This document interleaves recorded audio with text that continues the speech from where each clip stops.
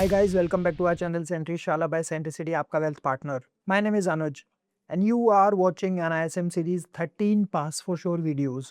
NISM का जो 13 exam है, जो कॉमन डेरिवेटिव्स का एग्जाम है, हम उसकी वीडियोस बना रहे हैं और हम अब तक इक्विटी डेरिवेटिव्स बुक कंप्लीट कर चुके हैं और करेंसी डेरिवेटिव्स बुक्स हमने शुरू की थी जिसमें से हम 3 चैप्टर्स कवर कर चुके हैं. आज हम चैप्टर नंबर 4 की बात करेंगे जो कि है ऑप्शंस ऑफ करेंसी डेरिवेटिव्स, जो है एक्सचेंज ट्रेडेड करेंसी ऑप्शंस.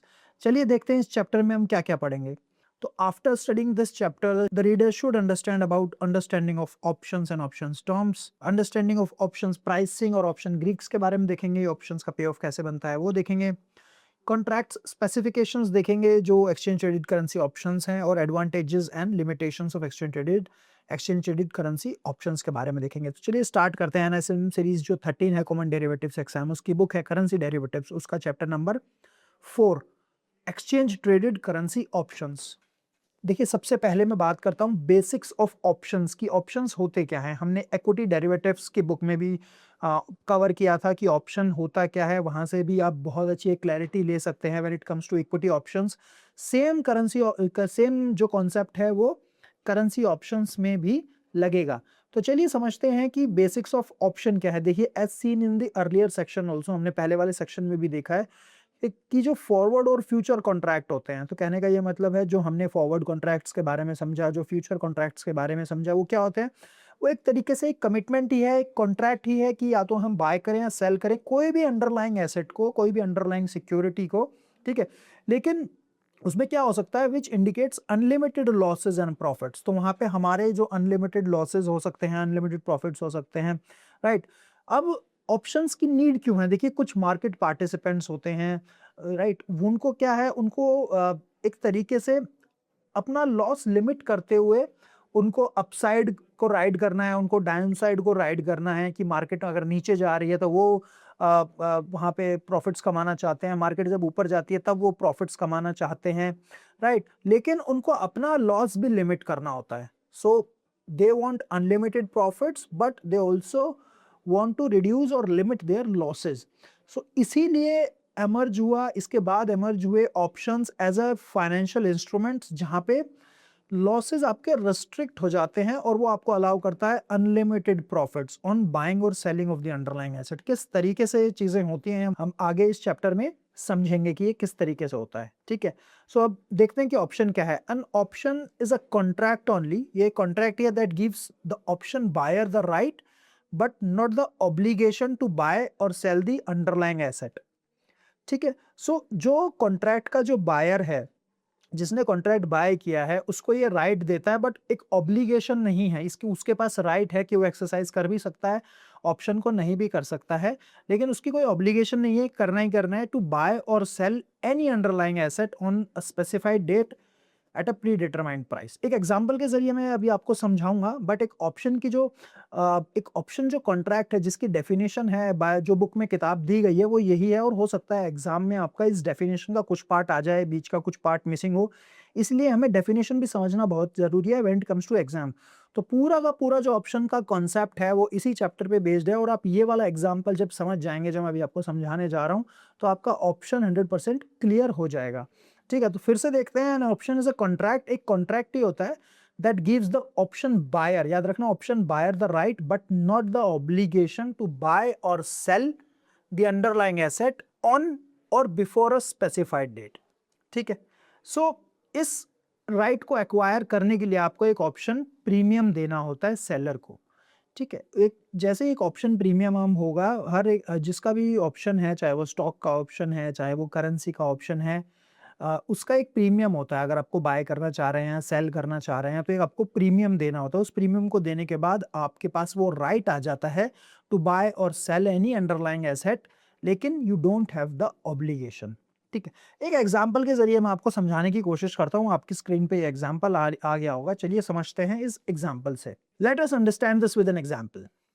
अब जो बुक में दिया गया है, NISM की बुक में, वही आपको समझा रहा हूँ. देखिए बड़े ध्यान से समझना. Mister X is looking to buy 1 acre of land from mister Y.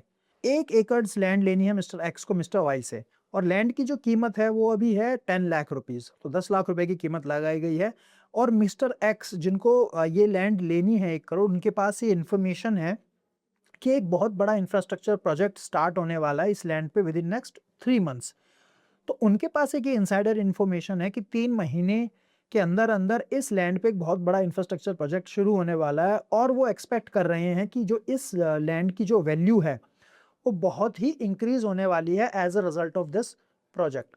However उनको ये भी डर है कि अगर ये एक न्यूज़ नहीं हुई, ये सिर्फ़ एक ये रूमर हुआ, तो mister X would be stuck with a useless piece of land. तो फिर वो लैंड का कोई यूज़ नहीं रह जाएगा उनको और एक तरीके से वो लैंड उनके लिए यूज़लेस हो जाएगी अगर ये न्यूज़ रूमर हुई।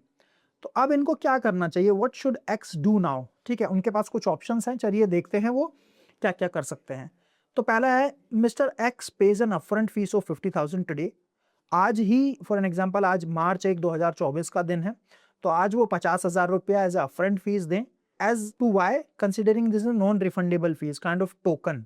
ठीक है कि मैं 50,000 रुपए तेरे को अपफ्रंट पे कर रहा हूँ आज की डेट में, ठीक? अब इससे क्या होगा? Against this fees mister Y agrees to sell the land after 3 months to Mr. X.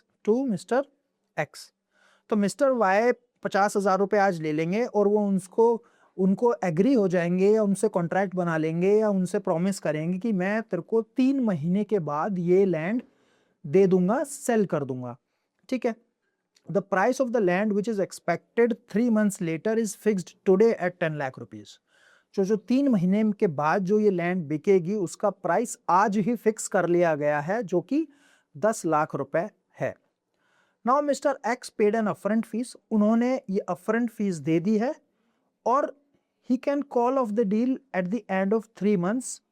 ठीक है, वो इसको at the end of 3 months को वो कॉल ऑफ भी कर सकते हैं। 3 महीने के बाद वो ये बोल सकते हैं कि मैं ये लैंड नहीं ले रहा तुझसे, ये भी वो बोल सकते हैं। Mister Y can not back out the contract, और वो मिस्टर वाई जो है कॉन्ट्रैक्ट को बैक नहीं कर सकते हैं। In the event mister x calls of the deal at the end of 3 months, अगर वो 3 महीने के बाद डील को कॉल ऑफ करते हैं तो मिस्टर वाई जो है he will keep the upfront fees. ठीक है, तो ये एक एग्जांपल हमने देखा कि 50,000 रुपए उन्होंने अभी दे दिया एज अ टोकन कि 3 महीने बाद में मैं लैंड लूंगा, और 3 महीने बाद अगर मैं लैंड नहीं लेना चाहता तो जो सेलर है वो 50,000 रुपीज रख सकता है अपने पास एज अ टोकन फीस, वो अपफ्रंट फीस है विच इज नॉन रिफंडेबल। ठीक है, now the above agreement between mister X and mister Y is called an option contract. ठीक है, अभी अब समझ आया ऑप्शन कॉन्ट्रैक्ट क्या होता है।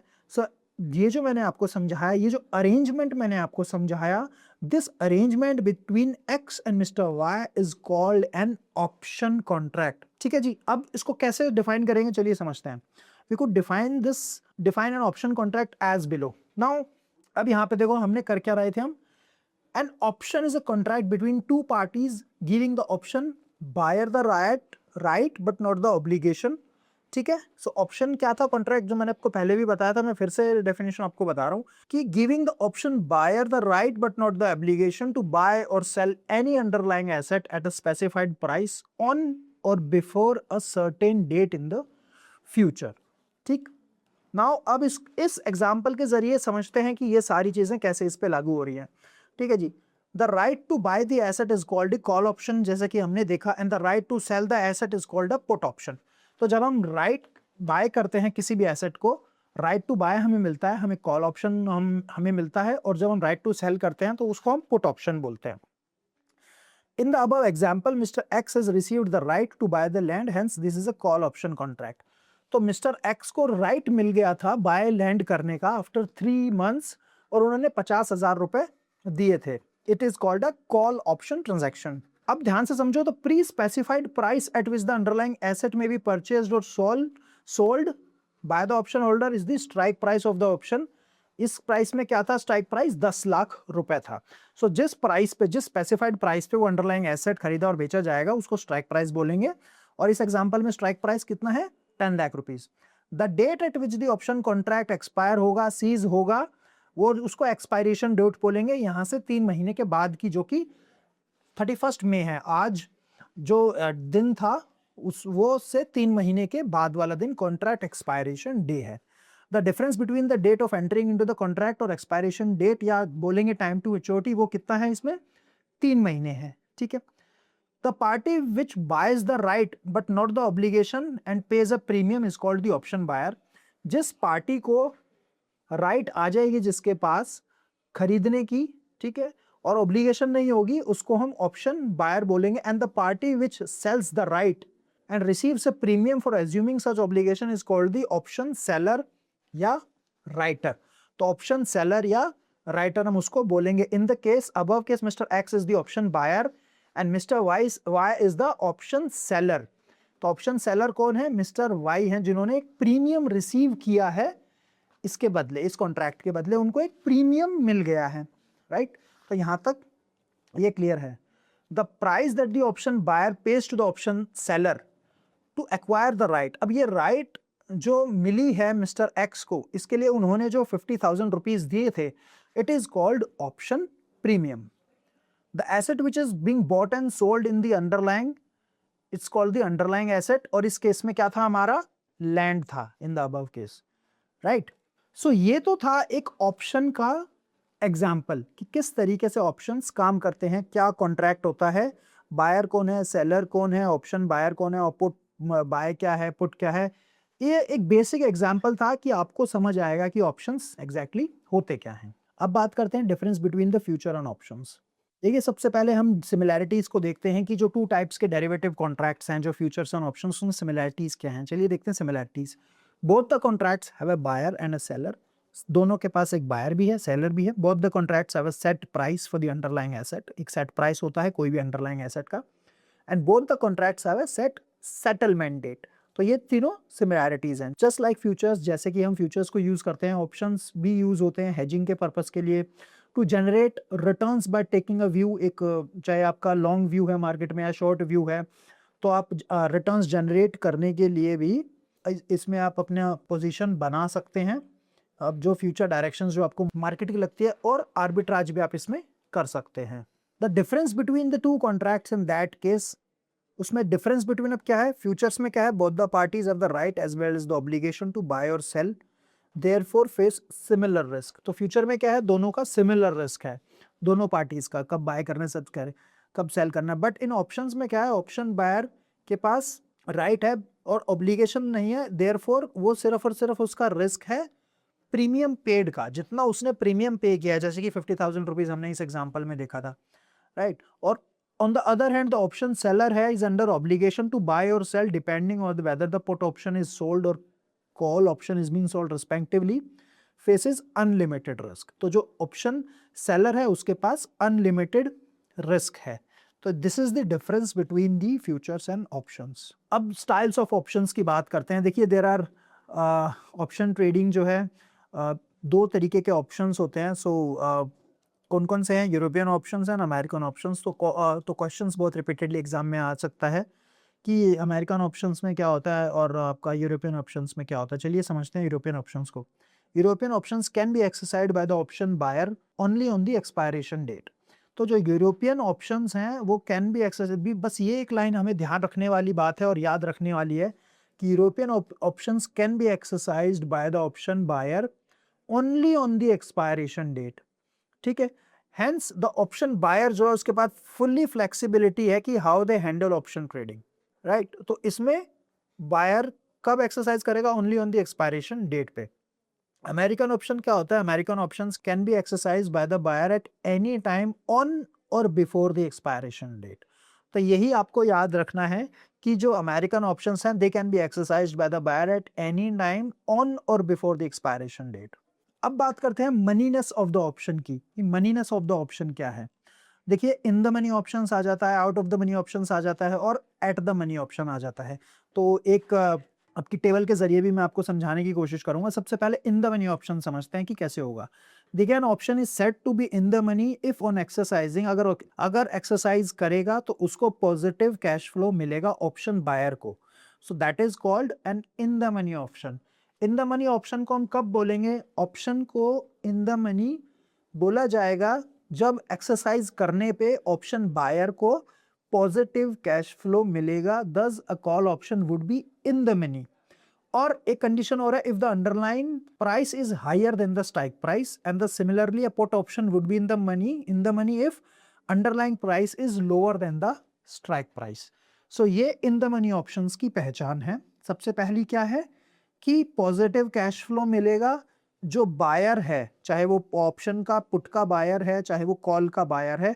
और दूसरी चीज क्या आप देखेंगे इसमें, जो अंडरलाइंग प्राइस है स्ट्राइक प्राइस से ज्यादा है कॉल ऑप्शन में भी, और आपका similarly put option would be in the money if the underlying price is lower than the strike price. तो याद रखना जो पुट ऑप्शन में अंडरलाइंग प्राइस लोअर होगा स्ट्राइक प्राइस से, क्योंकि हम पुट खरीदते हैं जब हमको मार्केट नीचे लगती है, और जब हम कॉल ऑप्शन जब खरीदते हैं जब मार्केट हमको तेज लगती है या ऊपर लगती है, या मार्केट को हम बुलिश समझते हैं, तब हम कॉल ऑप्शन बाय करते हैं। किसी भी अंडरलाइंग एसेट को जब हम सोचते हैं कि उसका प्राइस बढ़ सकता है तो हम कॉल बाय करते हैं, और किसी भी अंडरलाइंग एसेट को जब हम समझते हैं या सोचते हैं कि वो गिर सकता है नियर फ्यूचर में तो हम पुट बाय करते हैं। ये मैं कॉल ऑप्शन बाय की बात कर रहा हूँ, नॉट सेलिंग की, अभी सिर्फ बाय की बात कर रहा हूँ। अब बात करते हैं out of the money option की। देखिए an option is set to be out of the money कब होगा, जब ऑप्शन बायर को नेगेटिव कैश फ्लो मिलेगा। नेगेटिव कैश फ्लो कैसे मिलेगा, तो एन ऑप्शन जो कॉल ऑप्शन है would be out of the money कैसे होगा, if underlying price is lower than the strike price.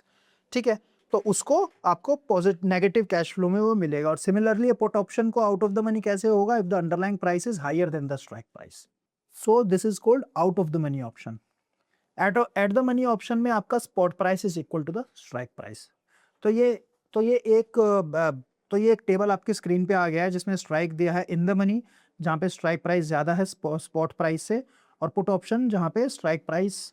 तो ये एक टेबल के जरिए भी आप देख सकते हैं इन द मनी में, जब एक इन द मनी होगा आपका कॉल ऑप्शन, तो कॉल ऑप्शन में आपका underlying price is higher than the strike price.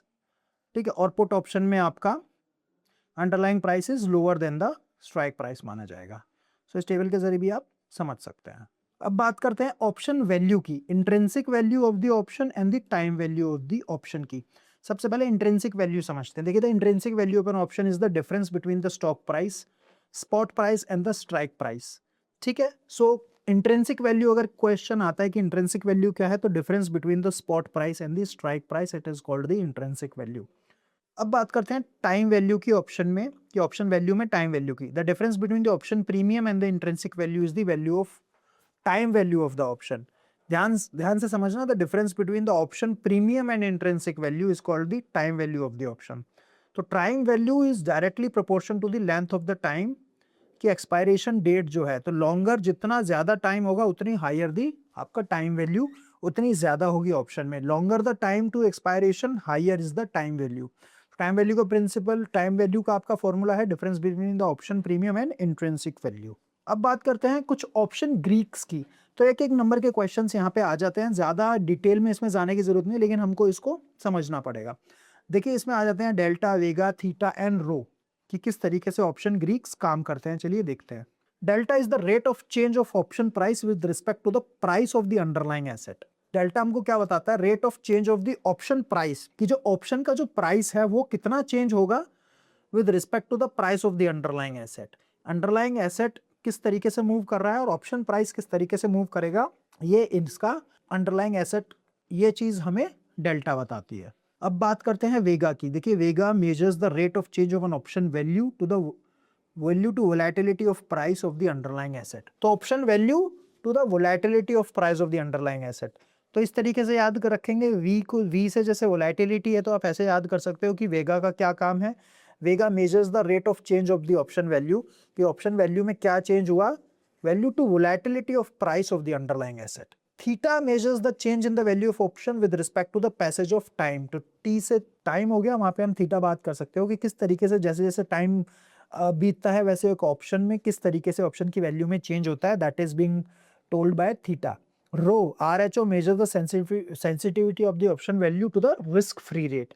तो ये चार ऑप्शन ग्रीक्स हैं, एक नंबर के क्वेश्चन आते हैं, एग्जैक्टली सेम डेफिनेशन आएगी, कुछ नहीं करना है। These are pass for sure videos, इसलिए बहुत ज्यादा डिटेल में मैं नहीं समझा रहा हूँ। एक एक लाइन की डेफिनेशन आएगी कि किस तरीके से डेल्टा में क्या चेंज होगा, वेगा में क्या होगा, थीटा में क्या होगा, रो में क्या होगा। हमको जस्ट एक यही चीज देख के समझ के याद करके एग्जाम क्लियर करना है। These are the pass for sure videos जो हम आपके लिए बना रहे हैं। चलिए अब बात करते हैं पे ऑफ्स की ऑप्शंस में कैसे बनते हैं। सबसे पहले आ जाता है लॉन्ग पोजीशन। देखिए लॉन्ग पोजीशन एग्जैक्टली होती क्या है, तो long position means the buyer of an option is set to be in the long on the option. तो जैसे कि उसमें बताया गया कि अगर एक बायर की लॉन्ग पोजीशन है या लॉन्ग ऑप्शन पोजीशन है, so it means he or she has the right but no obligation with the regard to buy or sell. हम ये बार बार हम यही बोल रहे हैं। तो लॉन्ग कॉन्ट्रैक्ट में you have the right to exercise that option, आपके पास राइट है वो एक्सरसाइज करने का। Your potential loss is limited to the premium amount you paid to buy the option. आपका मैक्सिमम लॉस कितना होगा इस केस में, जितना आपने प्रीमियम बाय किया है। और profit would depend on the level of underlying asset price at the time of expiry.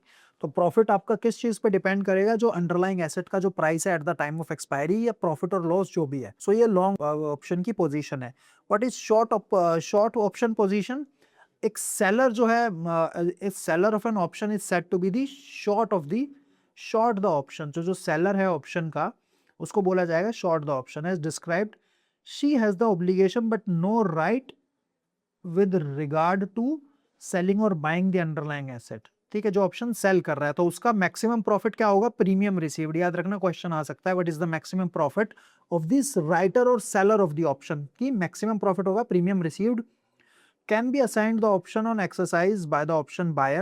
All option writers should be aware that assignment is a distinct possibility. Right? Your potential loss is theoretically unlimited. Loss आपका loss unlimited है, याद रखना, when it comes to option selling. Example के जरिए समझते हैं दोनों चीजें, लॉन्ग कॉल और फिर उसके बाद मैं आपको बताऊंगा शॉर्ट कॉल। बहुत हद तक आपको चीजें समझ आ जाएंगी। चलिए लॉन्ग कॉल की बात करते हैं। एक एग्जाम्पल के जरिए आपको समझाता हूँ। Long call. On March 1, 2024, USD INR is trading at 82.80. So 1 मार्च को USD INR ट्रेड कर रहा था 82.80 पे। You buy a call option with a strike price of 83, right? तो आपने 83 का स्ट्राइक प्राइस 83 है आपका, उसका आपने कॉल ऑप्शन लिया और एक प्रीमियम उसके लिए दिया 0.10 का। ठीक है, तो हम क्या बोलते हैं, यूएसडी आईएनआर अभी कितना ट्रेड कर रहा है, 82.80 पे, और आपने कॉल ऑप्शन के स्ट्राइक का लिया है 83 का। तो कॉल ऑप्शन जो है मार्केट में 82.9, फिर 83, फिर 83.1, फिर इस तरीके से ऑप्शंस होते हैं। आप किसी भी स्ट्राइक प्राइस का ऑप्शन बाय कर सकते हैं। इस केस में इन्होंने 0.10 10 पैसे का प्रीमियम दिया है और इन्होंने कॉल ऑप्शन बाय किया है। अब क्या होता है, call option gives the buyer the right but not the obligation to buy the underlying asset at the strike price. तो वो राइट तो देता है बट ऑब्लिगेशन नहीं है कि आप बाय कर सकते हो अंडरलाइंग को at the strike price. So in this example you have the right to buy USD at ₹83। आपके पास क्या है राइट, कि आप यूएसडी को 83 पे बाय कर सकते हैं because you have paid the premium of 10 पैसा, तो आपको 83 पे मिलेगा।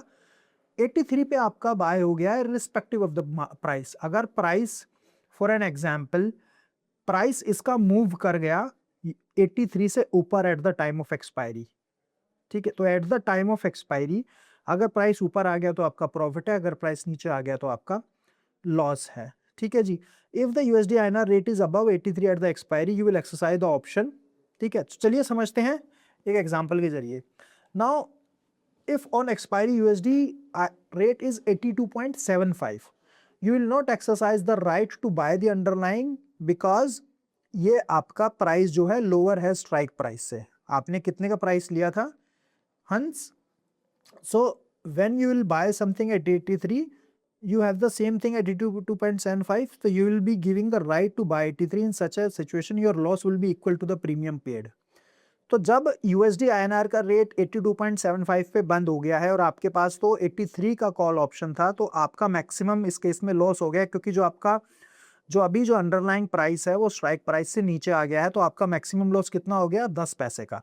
आपने 83 का कॉल ऑप्शन लिया था, 83 के ऊपर जितना भी आएगा वो आपका प्रॉफिट होगा। इस केस में 83 के नीचे आ गया है, तो आपका जो आपने जो टोकन मनी दी है एक तरीके से, जो प्रीमियम पे किया है वो आपको वापस नहीं मिलेगा, वो जीरो हो गया है। तो your maximum loss in that case is the premium paid which is 0.10। Now on the expiry, अगर एक्सपायरी यूएसडी का रेट 83.10 चला गया, राइट, तो आपका कितना हो गया, 83.10 चला गया रेट, तो you will exercise the option and buy USD at ₹83 and sell at the market rate of 83.1, you will get a gain of 0.10. तो आपको एक गेन हो गया है 0.10 का इन दिस ट्रांजेक्शन। बट इसमें आपने एक ऑलरेडी एक प्रीमियम दे रखा है 10 पैसे का, तो आपका ब्रेक इवन कहाँ पे आएगा? 83.10 इज योर ब्रेक इवन। तभी तो उसके 83.10 के ऊपर ही तो आपको प्रॉफिट बनना शुरू होगा। 83 USD INR का रेट है और आपने 83 का कॉल ऑप्शन खरीदा है 10 पैसे दे के, तो 83.10 पे ठीक है 10 पैसे ही मिलेंगे आपको, लेकिन 10 पैसे तो आपकी कॉस्टिंग भी है, तो आपका प्रॉफिट तो 83.10 के ऊपर आना शुरू होगा एक्चुअली में मैथमेटिकली। तो आपका ब्रेक इवन कितना बनेगा इस केस में? 83.10 इज योर ब्रेक इवन। अब फॉर एन एग्जांपल 83.50 पे बंद हुआ है, तो 83.50 पे आपको 50 पैसे आ रहे हैं, आपका टोटल प्रॉफिट कितना हुआ? 10 पैसे घटा दूंगा जो आपने प्रीमियम पे किया है 40 पैसा, तो 40 पैसा इज योर प्रॉफिट। और मैक्सिमम लॉस कितना है इस केस में? ओनली एंड ओनली 10 पैसा जो आपने प्रीमियम पे किया है। ठीक है, तो एक ये देखिए इस डायग्राम के जरिए समझिए स्ट्राइक प्राइस जिस तरीके से मूव हो रहा है 82.5 से लेके आपने प्रीमियम पे किया 10 पैसे का, पे ऑफ ऑन एक्सपायरी आ जाएगा और प्रॉफिट ऑन एक्सपायरी आ जाएगा। तो 82.5 पे अगर बंद हुआ तो जो आपके स्ट्राइक प्राइस से जितना भी नीचे है ना 83 तक, 83.10 तक, ये देखिए आपको जीरो है। 82 आपका पे ऑफ देखिए एक्सपायरी पे कितना बनेगा? 0 0 0, 82.5 पे 0, 82.6 पे, 82.7 पे, 82.8 पे, 82.9 पे, 83 पे भी जीरो, आपको कोई पे ऑफ नहीं बनेगा। और 83.10 पे आपका 10 पैसे पे ऑफ बन रहा है। ठीक है, 83.20 पे आपका पे ऑफ बन रहा है 20 पैसे का, और 83.30 पे 30 पैसे का, 83.40 पे 40 पैसा, और 83.50 पे 50 पैसा बन रहा है। आपने 10 पैसे का प्रीमियम, तो आपने 10 पैसे का प्रीमियम दिया ही हुआ है, तो प्रॉफिट ऑन एक्सपायरी देखिए आपको पॉजिटिव आएगा 83.10 के ऊपर। 83.10 तक भी यहाँ पे जीरो क्यों शो कर रहा है? क्योंकि आपने 10 पैसे का प्रीमियम दिया हुआ है। जैसे ही आप 83.20 टच करेगा आपको 10 पैसे का प्रॉफिट हो जाएगा। क्यों? क्योंकि 10 पैसा आपने प्रीमियम पे किया हुआ है, 20 पैसा पे ऑफ आ रहा है, 10 पैसा। 83.30 पे आपको 20 पैसा आएंगे, 83.40 पे आपको 30 पैसा आएंगे, और 83.50 पे आपको 40 पैसा आएंगे। इस तरीके से ऑप्शंस काम करेगा। अब आपने शॉर्ट कॉल, अब समझते हैं शॉर्ट कॉल, आपने कॉल को शॉर्ट कर दिया है, यानी कि यू आर द राइटर। अब राइटर क्या है इस केस में? whenever someone buys a call option there has to be a counter party। तो आपने कॉल ऑप्शन बाय किया तो किसी ने तो बेची ही होगी ना, किसी ने तो आपको वो कॉल ऑप्शन बेचा होगा। So who has sold that call option, right? If the maximum loss of a call option is equal to the premium paid, अगर एक मैक्सिमम लॉस कॉल ऑप्शन का क्या है, लॉन्ग कॉल ऑप्शन का premium paid है, तो automatically means the maximum gain for shorting the call option is equal to the premium received. तो maximum जो गेन है वो जिसने बेचा है उसका कितना है, मैक्सिमम गेन कितना होगा उसको? Equal to the premium received ही होगा ना। याद करो अपना फर्स्ट एग्जांपल जो मैंने 10 लाख वाला दिया था, 50,000 रुपये मेरा, अगर उसने एक्सरसाइज नहीं किया राइट लैंड के लिए, तो मेरा तो 50,000 रुपये का प्रॉफिट हो गया ना एज अ टोकन मनी जो मैंने उसको दिया था। अगर वो लैंड ले लेगा तो ठीक है, वो 50,000 रुपये अगर उसने नहीं दिया तो 50,000 रुपीज इसमें मैक्सिमम प्रॉफिट, तो मेरा तो मैक्सिमम प्रॉफिट 50,000 रुपये ही है, राइट? तो इस तरीके से आप उस एग्जाम्पल के जरिए समझिए। देखिए 83, तो आपने 83 की कॉल को शॉर्ट किया हुआ है और 10 पैसे आपने रिसीव किए हुए हैं। तो इसमें आप देख सकते हो जैसे ही वो 83.10 के ऊपर ट्रेड करना शुरू होगा आपको मैक्सिमम आपको लॉस होना शुरू हो जाएगा। तो आपका जो प्रॉफिट बन रहा है 83.10 तक 10 पैसे बन रहा है। देखो 83.10 पे आपका जीरो कुछ नहीं बन रहा है, और 83.20, 30, 40, 50 पे आपको देखो 10 पैसे का लॉस आ रहा है। सो ये आपका है शॉर्ट कॉल का डायग्राम। ऐसे ही आप लॉन्ग पुट और शॉर्ट पुट का भी निकाल सकते हैं। So guys this is it from this chapter. I hope आपको वीडियो अच्छी लगी होगी। चलिए कुछ क्वेश्चंस देखते हैं। The price which option buyer pays to option seller to acquire the right is called agreed price, strike price, sell price या premium. तो हमने बहुत अच्छे से देखा कि जो ऑप्शन बायर जो ऑप्शन सेलर को देता है राइट एक्वायर करने के लिए उसको हम प्रीमियम बोलते हैं। Option buyer faces dash risk and option seller faces dash risk. तो हमें पता है कि जो बायर का जो रिस्क है वो लिमिटेड है to extend to the premium paid, और जो ऑप्शन सेलर है उसका एक थियोरेटिकली मैथमेटिकली उसका अनलिमिटेड है। तो limited and unlimited is the right option. Third, N option is dash if on exercising it the option buyers gate positive cash flow. तो buyer को पॉजिटिव कैश फ्लो मिलेगा, it means वो in the money है, at the money, out of the money और none of the. तो हमने बड़े अच्छे से समझा कि ऑप्शन बायर को अगर ऑप्शन एक्सरसाइज करने पे पैसा आ रहा है तो वो इन द मनी है। Question number 4, the difference between option premium and intrinsic value is strike price, time value, expiry date और ऑप्शन वैल्यू। तो difference between option premium and intrinsic value का फॉर्मूला हमने देखा था कि टाइम वैल्यू आपकी निकलेगी ये ऑप्शन प्रीमियम और इंट्रिंसिक वैल्यू का अगर आप डिफरेंस निकालेंगे तो। क्वेश्चन नंबर 5, अब ध्यान से समझना है, client boys A USD call option at a strike off 75.5 and page A premium of 0.3। तो उसका ब्रेक इवन कब शुरू होगा? तो कॉल ऑप्शन आपने बाय किया है 75.5 के स्ट्राइक प्राइस का और आपने प्रीमियम दिया है 30 पैसे का उसके लिए। तो ब्रेक इवन पॉइंट यानी कि आपको प्रॉफिट आना कब शुरू होगा, क्योंकि 75.5 तो आपका स्ट्राइक प्राइस है, 30 पैसे आपने ऑलरेडी दिए हैं, तो 75.5 प्लस 0.3 75.8। तो जैसे ही प्राइस आपका यूएसडी का प्राइस 75.8 के ऊपर जाएगा, आपको कॉल ऑप्शन बायर को आपका प्रॉफिट आना शुरू हो जाएगा। तो answer he 75.8। So guys thank you so much video में बने रहने के लिए। आई होप आपको वीडियो अच्छी लगी होगी और ऑप्शंस आपने आज अच्छे से समझे होंगे। और अगर आपने ये चैप्टर बड़े अच्छे से कर लिया, समझ लिया, तो आपको बहुत ही इजी होगा ये एग्जाम डेरिवेटिव्स का क्लियर करने के लिए। तो वीडियो अच्छी लगी है तो प्लीज़ हमारे चैनल को सब्सक्राइब करें, वीडियो को लाइक करें और शेयर करें। थैंक यू सो मच और 5th चैप्टर की वीडियो देखने के लिए बने रहें। Thank you.